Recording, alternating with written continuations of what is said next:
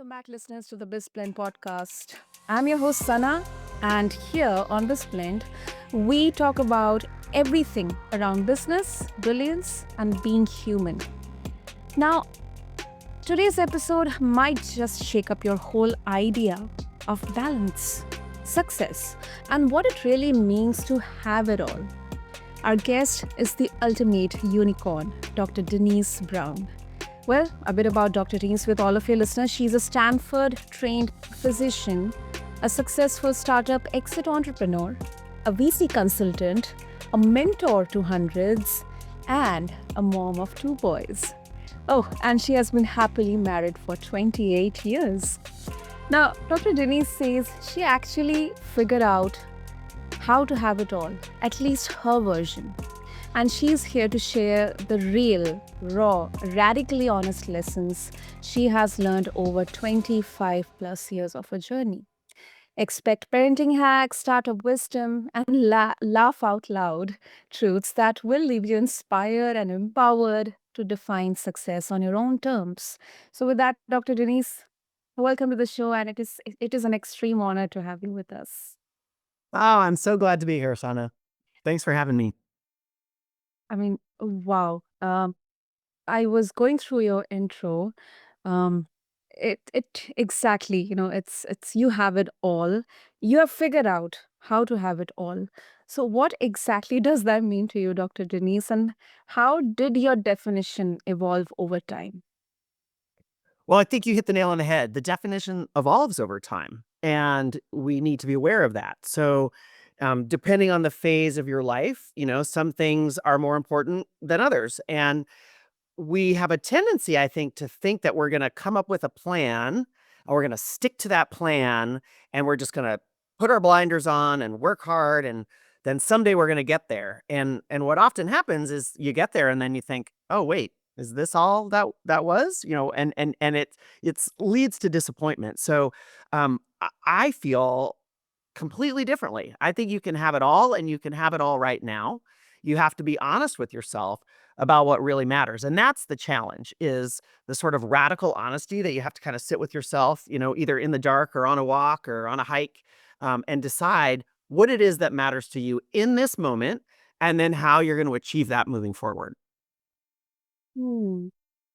And Dr. Denise, this definition of having it all, you know, technically speaking, we have kind of idealized that you need to have a good life living standard, you have to have a family, then a good career, money, and all the materialistic success as well. So how exactly, I mean, is it subjective to everyone? Because for me, let's say I can define having it all as just a good health, my family, my loved ones. But for someone else who may be more ambitious and more kind of high achieving person, he or she may say that no, I need to have a stellar career. I need to achieve something. I need to be a good leader. So, how exactly does it vary? Yeah, and I think it can be different for everyone. And like we said, it's different at different times. So when I was, in my, we'll call them my schooling years, so, university, medical school, residency, obviously most of my time and energy was focused on, quote unquote achievement. What were the grades that I got in this class? How was I evaluated by, this surgeon, those sorts of things. And it was very much like a check off the boxes, achievement, achievement, achievement. That doesn't necessarily bring you a lot of satisfaction. It might be a very external version of success, and it looks great and it feels kind of nice. But in the end, it's kind of like, eating a sugary snack. Feels great in the moment, but a little bit later, when the sugar buzz is worn off, you kind of feel empty. So for me, I quickly learned in medical school, actually, when my mom unfortunately passed away at a very early age, that wasn't gonna be enough for me, and the achievements weren't really what was gonna be lasting. What mattered more was the things that you just talked about. My family, my friends, having fun, doing work that was purposeful, that I was passionate about, but that was only gonna be one portion of my life, and I think it's very easy to let things kind of take over you and take over your time. And especially when you're getting patted on the back, like, oh, you got a good grade, or oh, you're the top of your class, or oh, you got this job. All of those kind of attaboys feel really nice in the moment. But if you're not driving towards your personal purpose, in the end, it leaves you feeling empty. And that's what leads to burnout. Mm, that makes such a good sense. And talking about your journey, Dr. Denise, you wear so many hats: doctor, founder, mother, mentor. What systems or mindsets helped you blend them all without burning out? Well, I think the key word that you just said there is blend. Um, there's some sort of, strange feeling in the world that we're supposed to be balancing things. And just the concept of balance, right, means if one goes up, the other goes down. That's what balance means. So inherently, something isn't getting the love it deserves. If you decide instead to throw out the concept of balance and really focus on blending, now all of a sudden you've kind of given yourself a little bit more psychic and emotional room to kind of play around with what matters. And you let yourself flex different parts of your life at different times. So, for example, when I was in school, work mattered a lot, but I was also engaged to be married. So we would try at least once a week to go out to dinner. Didn't have to be big, but it was at least a priority. When I finished my residency training and now was starting a practice and growing it, sure, work really still mattered, but I also knew that I wanted to be a mom and that was going to take some time. So I figured out how to make that portion of my work hours less so that I could have more energy and emotional availability to do my mom things. And you just kind of plan it all together as a portfolio, just like you would manage a set of investments. You manage your time like a portfolio, and suddenly you find you have time to do a lot of different things. Mm. And many entrepreneurs, if we talk in that sense, many founders, they struggle with integration versus balance. So what's your take on that? Yeah, and I think it's particularly difficult for founder entrepreneurs because you're carrying all the water. You're the person. You're the one in the trenches, and you have to be very careful because it can suck the life out of you. And founders have very high suicide rates, very high divorce rates, very high rates of depression. And I think the reason for that is you become sort of all encompassingly focused on your company. And you'll hear a lot of stuff out there. We're like, yeah, the startup mentality, let's go.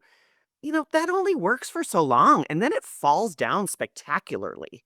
So I would encourage instead to build a runway for yourself as a founder, just like you're trying to build runway for your company, whether it's, operational dollars or capital dollars or whatever. People are always talking about the runway, the runway, the runway. You never talk about the runway for yourself. And especially as a founder, you are the most precious resource. So if you can't bring your best self to the game, no matter how many hours you work, you're never going to get there. So I feel really strongly when I work with my founder sort of mentor clients. That's exactly what we try to focus on is how to bring all of the different aspects of your life all together at once. Because when you try to keep them separate, the wheels inevitably fall off the wagon. Mm, that is so practical. That is such a useful takeaway. Okay, and you have mentored hundreds of women. So what's that? The most common myth you have observed, which is holding us back from having it all. As an easy one, we don't ask for help. We really don't. We think we're supposed to do it all. And you can have it all, but you cannot do it all. And the only way that all of this works is to ask for help and to offer help to others. So the way that I made it work in my neighborhood was I got all of the other working moms together. We said, we are all sick and tired of trying to get dinner on the table for our families. Let's work together. Let's make dinner once a week and you make dinner once a week and she makes dinner once a week, and we each deliver the dinners. So instead of cooking for 4 nights, I cooked once for 4 families, delivered my food to each house, and dinner was on the table. Didn't have to think about it. We did the same thing with babysitting. Like, I wanna go out at night on one Friday night. I don't have to go out every Friday night, but it would be nice to know that my kids were, having a good time and being taken care of by friends or family.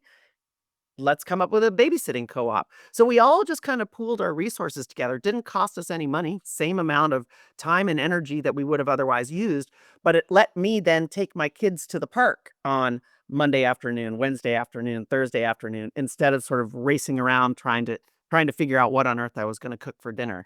So the little things like that. Or another classic example is that early morning staff meeting. I don't know why.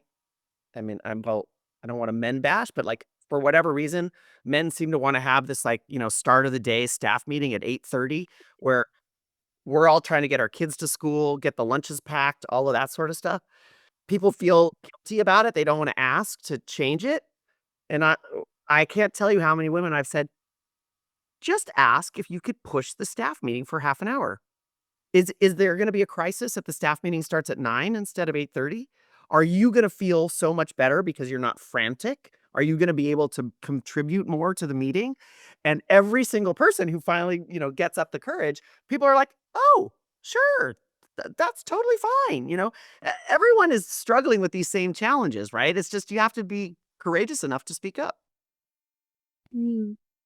Wow, that is genius. That's legendary, especially the way you incorporate, you know, community work and Yes. work out with all the families out there to help them and helping them as well. It is such a legendary, kind of hack. Wow. And And it seems so, like, straightforward, but then you tell people and they're like, "Oh my god, like, what a great idea." You're like, "Yes, it is a great idea." like low effort, but with a high impact, huge impact, huge impact, especially in today's modern times, digital world. Such a huge impact. Lovely. Yeah, and then you can get your kids to go, run around at the playground instead of sitting in front of the iPad while you're trying to make dinner. I mean, it's a big change for in many good ways. And I think, we all feel lonely, we all feel isolated. I mean, most of us don't have family down the street, right? So you have to create that community wherever you are.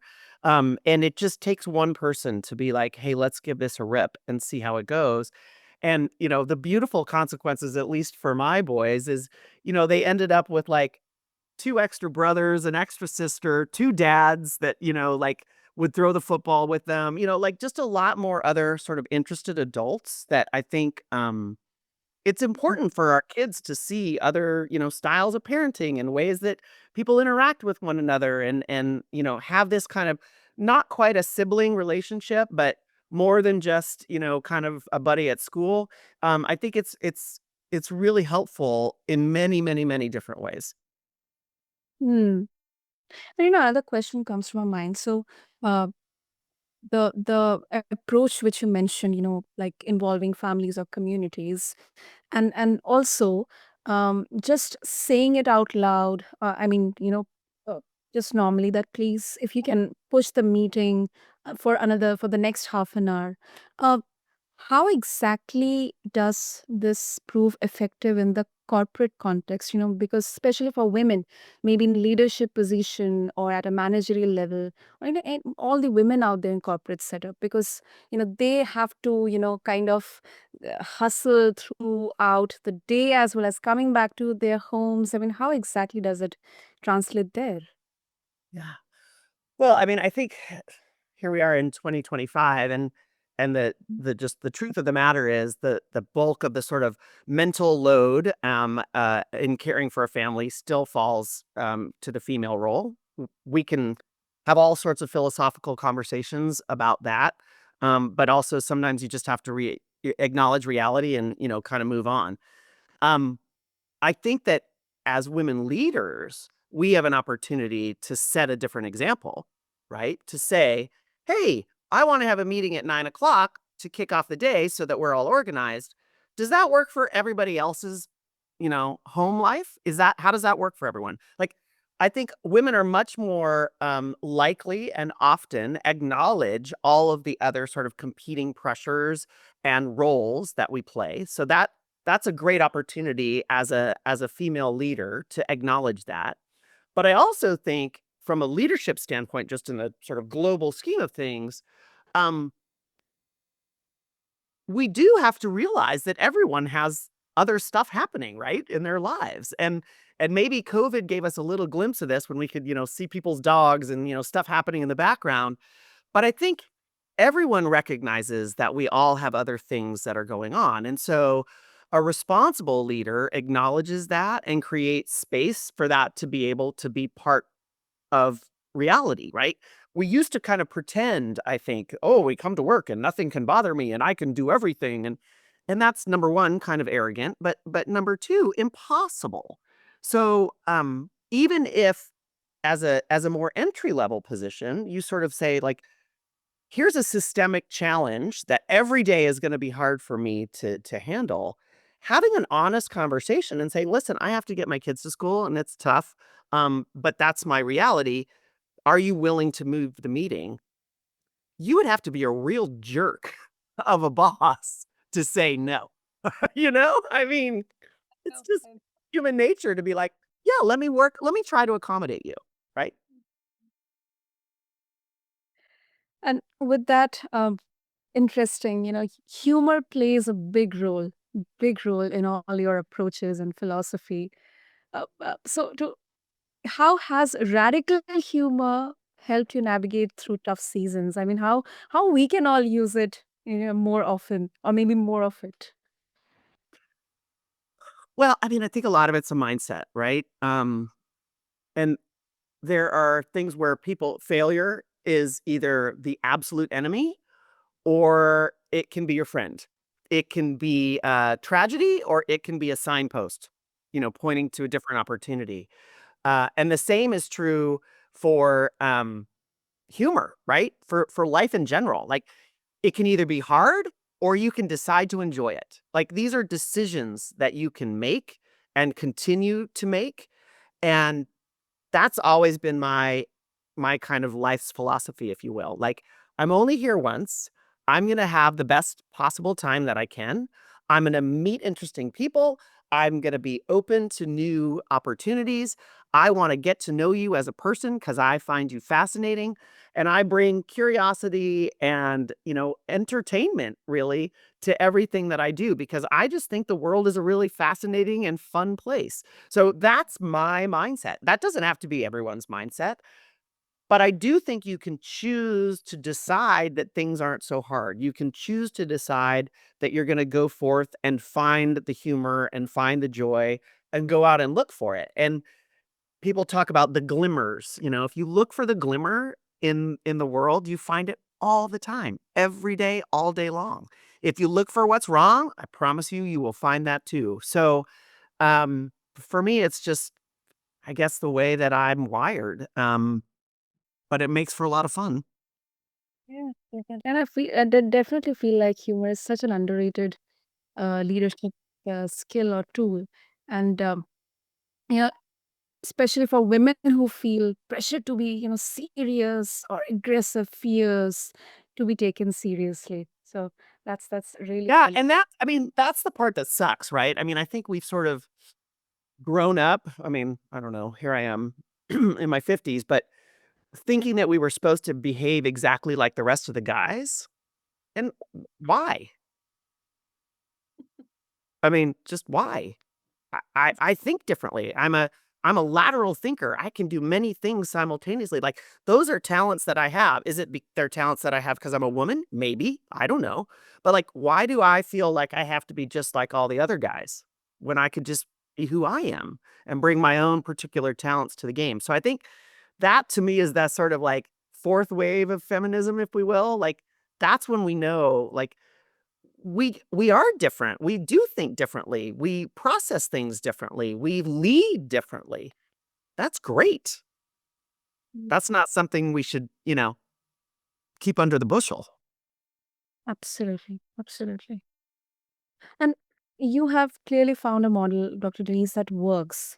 But um, do you think your experience is replicable, or having it all is just a privilege that's out of reach for most women out there?